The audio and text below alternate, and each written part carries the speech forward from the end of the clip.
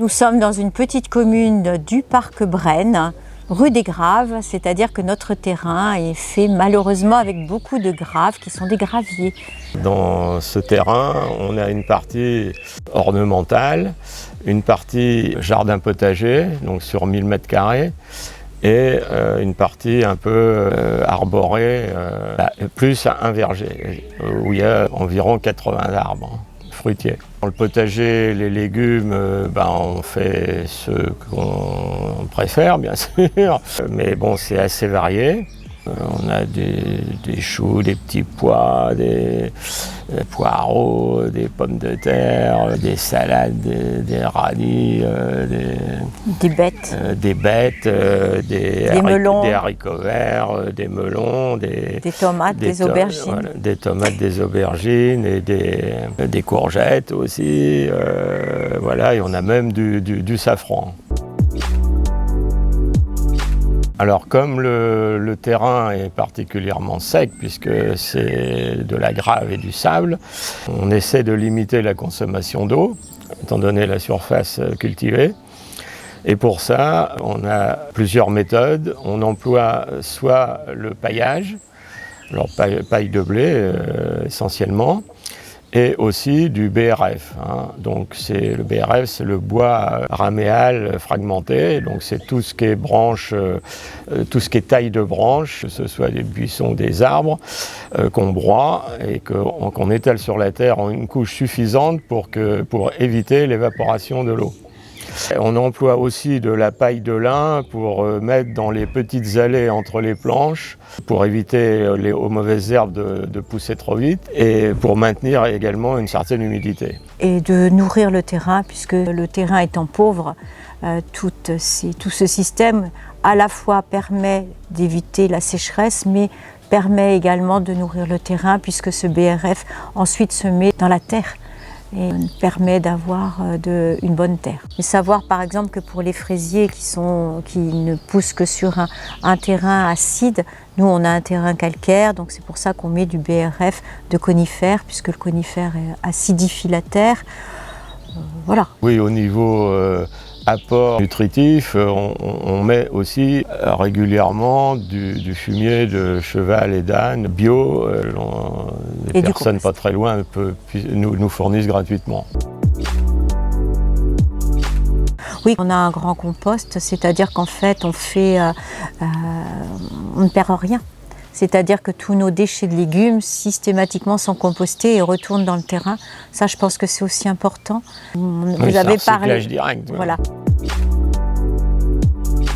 Alors sinon, on a aussi essayé d'améliorer l'arrosage, c'est-à-dire qu'on arrose l'ensemble soit par des tuyaux poreux, soit par des goutteurs. Alors le choix s'effectue en fonction de la distance entre les plantes. Par exemple pour les courgettes où les espaces, on est obligé d'avoir des pieds assez loin les uns des autres pour pas que ça se touche. Là on opte pour des systèmes à goutteurs parce que sur les tuyaux poreux, l'eau sort sur tout le long du tuyau. Donc là c'est réservé plutôt aux plants qui sont plus proches et plantés en ligne aussi. Alors sur une même ligne, on peut avoir des légumes différents, mais qui, en général, s'arrosent de la même manière, puisqu'il y a des plantes qui ont besoin plus ou moins d'eau, selon l'espèce. Donc on peut avoir, par exemple, 2 races de choux sur le même rang, 2 races de céleri sur le même rang, 2 sortes de salades, etc.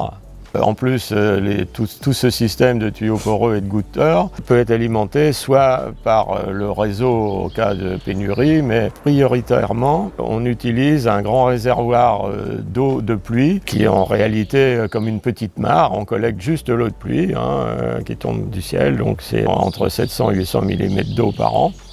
Alors il faut quand même tenir compte que sur un an, on peut avoir une vingtaine de centimètres de hauteur d'eau d'évaporation en plein été quand il fait très chaud. Mais la profondeur totale là, du réservoir fait 1,20 m sur une surface de entre 550 et 600 m² en haut. Donc quand le réservoir est plein, on dispose de 550 mètres cubes d'eau, ce qui correspond en principe à entre 1 an et demi et 2 ans de consommation, mais qui, les 3 années précédentes de sécheresse, n'ont pas suffi à assumer un arrosage complet. La rotation, c'est-à-dire qu'il y a des plantes, par exemple comme les fabacées, qui ont sur leurs racines des mycorhizes. Ces mycorhizes permettent de récupérer les nitrates. Donc si on plante des légumes qui ont besoin de ces nitrates pour vivre, pour se nourrir, on va les planter après des fabacées. On fait quand même des traitements pour les plantes, pour les légumes, même s'ils sont bio. Bon, c'est du purin d'ortie, du purin de prêle, de tanésie. Bon, on peut faire en décoction, en purin. Et bon, il faut surveiller. Et puis il y a certains traitements qu'il faut réitérer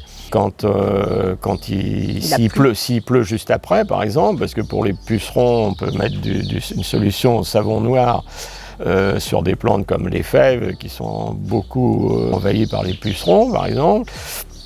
Mais s'il pleut juste le lendemain, il faut recommencer parce que évidemment la pluie enlève le savon et il n'y a plus rien. Par rapport aux produits chimiques systémiques, là évidemment, il y a quand même une différence importante. Nous avons effectivement, comme vous avez dit, des crapauds qui mangent des limaces, entre autres, et puis des insectes.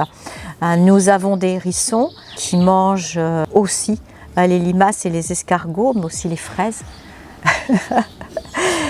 Qu'est-ce que nous avons encore comme animaux bénéfiques? Nous avons des abeilles, puisque nous avons volontairement condamné certaines de nos cheminées pour elles.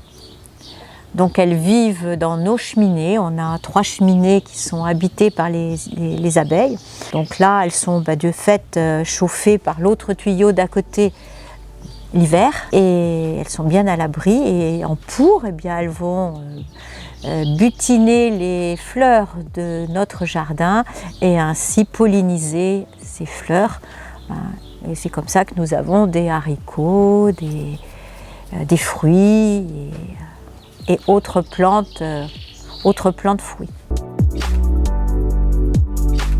Nous avons des tas de sortes d'oiseaux et ces oiseaux mangent également beaucoup d'insectes et puis beaucoup d'animaux qui sont considérés comme nuisibles dans les cultures. Alors on a des animaux migrateurs comme les rouge-queues, comme les hirondelles. Et puis on a des oiseaux qui restent, comme les assenteurs mouchés, comme les mésanges. On a des mésanges à tête bleue, des mésanges charbonnières, on a des pinsons, on a des cistelles, on a des pivers, on a des troglodytes, nous avons des merles, j'en oublie. Mais je pense que pour moi, c'est le respect aussi de la nature. Et ça, c'est très important et voilà, je pense qu'il y a ce respect-là. Je suis un petit peu dans l'idée des Indiens d'Amérique, où nous sommes que des locataires du petit terrain qui nous appartient le temps de notre vie. Je pense que c'est difficile par rapport à la main-d'œuvre. Parce qu'il y a beaucoup de main-d'œuvre, puisque comme nous ne mettons pas de pesticides, comme nous ne mettons pas de désherbants, nous ne mettons pas d'engrais, on a malgré tout, même si on a de très beaux légumes, on n'a pas autant de légumes que s'il y avait de l'engrais. Nous sommes obligés de désherber à la main malgré le paillage, parce que ça pousse quand même, donc on a besoin de beaucoup de main-d'œuvre. Donc ça va pour une famille, et grâce aux woofers. Mais ce qui est exact. Par contre, au niveau supérieur, il y a des maraîchers qui le font. Ils utilisent aussi les woofers et les helpers. Mais on tombe sur la problématique du salariat et ça devient difficile parce qu'à ce moment-là, les produits sont beaucoup trop chers et il n'y a pas forcément la vente, notamment dans des régions comme les nôtres qui sont des régions pauvres. En plus, quand on cultive bio, on cueille les fruits et les légumes à maturité. ce qui sous-entend que c'est très difficile pour le transport. On ne peut pas les garder trop de temps. Et c'est un gros handicap pour des choses beaucoup plus grandes. Il faut beaucoup observer, il faut prendre du temps pour ça, il faut faire des essais, et un essai qui n'est pas réussi une année, c'est pas forcément significatif, parce que ça peut être une année où le cycle de la plante s'est mal fait, donc il faut recommencer au moins une deuxième fois pour vérifier que l'essai n'était pas concluant. Maintenant, il est vrai que aussi nous faisons partie du CPIE, et ce qui nous permet de pouvoir parler et échanger avec d'autres personnes qui font partie du CPIE, qui ont le même mode de culture que nous.